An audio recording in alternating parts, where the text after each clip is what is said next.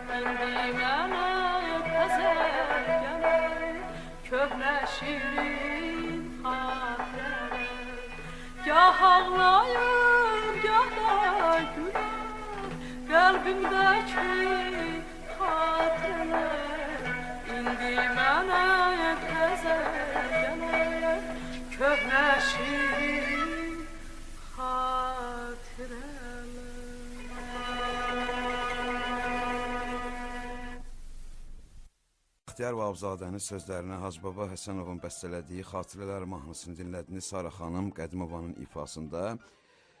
Və bu mahnının bəstəkarı bir də təkrar edək Hacı Baba Həsənovdur. Hacı Baba Həsənovun bu günlərdə sentyabr ayının 13-ünü daha doğrusu 82 yaşı tamam olacaqdı. Yəni ad günü keçirildi və bu məqsədlə də biz bugünkü verilişimizi bu gözəl şəxsiyyətə, yəni həkim, psixoloq və həvəskar bəstəkar Hacı Baba Həsənova həsr etmişik. Bu məqsədlə Hacı Baba müəllimin qızını biz dəvət etmişik studiyamıza. Düşüncələr proqramında bugün mənim qonağım Gülbəniz xanımdır. Gülbəniz xanım, xoş gəlmişsiniz. Sizi bizim proqramımızda görməyimizə çox şadıq. Yəni bugünkü verilişimizdə biz sizin atanıza, bu gözəl şəxsiyyətə həsr etmişik. Və telefon nömrəmizi dinləyicilərimə xatırladıram. 499-7104. Əgər Hacı Baba müəllim haqqında, yəni bu gözəl şəxsiyyət Hacı Baba Həsənov haqqında sizin xatirələriniz varsa, sizin onun haqqında ürək sözləriniz varsa və yaxud bugünkü verilişimizin qonağı Gülbəniz xanıma ola bilər suallarınız olsun və yaxud ürək sözləriniz olsun. 499-7104 nömrəli telefon vasitəsilə bizimlə əlaqə saxlayın. Həm verilişin qonağı olacaqsınız, həm də ki öz ürək sözlərinizi bu verilişdə deyə bilərsiniz. Gülbəniz xanım, indi biz qulaq asdıq Sara xanım Qədimoğlu'nun ifasında bu xatirələr mahnısına. Yəqin ki, mən şəxsən kövrəldim, bilmirəm. Yəqin siz də kövrəldiniz, ola bilməz kövrəlməsin. Və Hacı Baba Həsənov doğrudan da o həkim, psixoloq olmaqla yanaşı, yəni həvəskar bəstəkardır. Bu çox gözəl onun, yəni o dövrdə 50-ci illərin sonunda, 60-cı illərdə çox gözəl mahnılar bəstələyib və o mahnıların ifaçıları əsasən Sara xanım Qədimova, Əbülfət Əliyev, Fatma Mehrəliyeva, Gülağa Məhəmmədov və sair müğənnilər ifa ediblər onun mahnılarını. Mən bir onun qızı kimi, onun ailəsinin üzvü kimi mənim üçün maraqlıdır ki, siz onu mənə həkim hesab edirdiniz, psixoloq, yoxsa ki, bəstəkar. Bax, bu barədə xahiş edirəm bir balaca deyəsiniz. Ailədə. Bəli, ailədə. Bilirsiniz, o hər cəhətdən özünü göstərirdi. Həm həkim idi, həm həkim kimi. Bizi xəstələnəndə müalicə eləyirdi. Yəni bizim heç bir ehtiyacımız yox idi həkimi çağırmağa. Sonra bəstəkar idi. Biz uşaqlıqdan musiqini bizdə aşılayırdı. Məsəl üçün indi qeyd eləyirlər ki, Üzeyir Hacıbəyevin anadan olması ilə əlaqədar sentyabrın 18-də Milli Musiqi Bayramımızdır, belə deyək də. Amma mənim gözüm açılanı, biz sentyabrın 18-ni biz artıq bu bayramı qeyd eləyirdik. Mənim atam həmişə Üzeyir Hacıbəyev haqqında danışardı. Həmin günü səhər tezdən biz Üzeyir Hacıbəyevin mahnılarını dinləyirdik. Bax, bu mənim çox yaxşı yadımdadır. Müəllim kimi də ki, o özünü əlbəttə göstərirdi, elə müəllim idi də. Bəstəkarlığı da ki, göz qabağında da bilirsiniz. Çox gözəl musiqiləri var. Özü ki, bu, necə deyim, mən onun şahidi olmuşam. Mən elə uşaqlıqdan onu yazanda da mən onun şahidi olmuşam ki, necə gözəl, necə işləyirdi. Elə vaxt olurdu, saat 3-əcən, 4-əcən, gecənin yarısınacan işləyirdi. Bunlar mənim gözümün qarşısında. Bir balaca onun haqqında məlumat verin. Həyatı var, yəni tərcümə haqqında balaca kiçik məlumat xahiş edirəm. Hacıbaba Həsənov 1922-ci il sentyabrın 13-də Əhmədli kəndində anadan olmuşdur. Müharibə dövründə tibb institutunu bitirib, müalicə profilaktika fakültəsini. Sonradan o konservatoriyaya daxil oldu. Konservatoriyanın da bəstəkarlıq şöbəsini bitirəndən sonra 59-cu ildə aspiranturanı artıq bitirmişdi. Deməli, Gülbəniz xanım, konservatoriya bitirdi. Musiqi təhsili var idi. Bəli, onun ali... Bəs musiqi təhsili varsa, niyə Hacıbaba müəllimi hamısı həvəskar bəstəkar? İndi bilirsiniz, o dövrdə, Sovet dövründə belə bir söhbət gedirdi ki, yəni bu adamın əgər birinci tibb universitetinin tələbəsi olub, yəni ali təhsili oradan alıbsa, bu bəstəkarlıq bunun elə bir ikinci sənəti kimi gedir. Bu həvəskar adını da damğalamışdılar da. Bilirsiniz, mən bir dəfə bu düşüncələr proqramında Respublikanın xalq artisti, məşhur kamançı ifaçı Habil Əliyev olmuşdu. Habil Əliyev də o vaxt həvəskar bəstəkardır. Mən bu barədə ona sual verdim. Yəni o vaxtı doğrudan da Hacıbaba müəllimlə yanaşı Habil Əliyev, sonra Ələkbər Tağıyev, Şaiq Əbdülkərimov.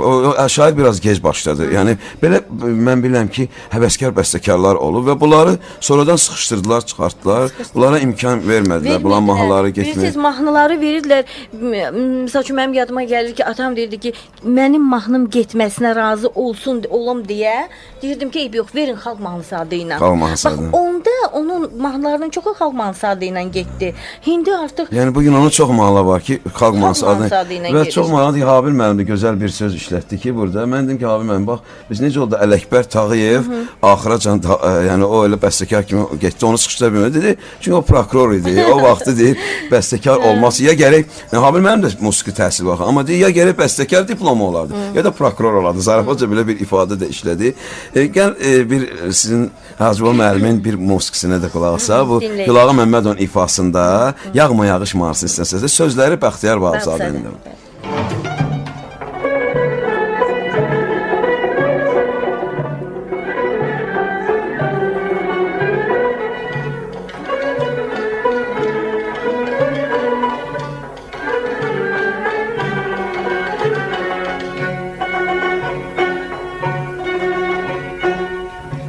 Göylər çənə büründükən, ürəyimi bürüyür qəm.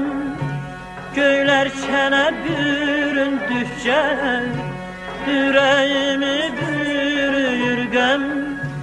Pəncərəmə hicran yazır, damcıların naxış-naxış.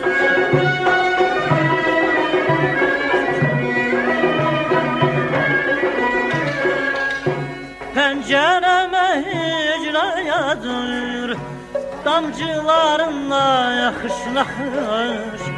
Yağma yağış, yağma yağış, mən görüşə təlləsinəm. Yağma yağış, yağma yağış, mən görüşə təlləsinəm.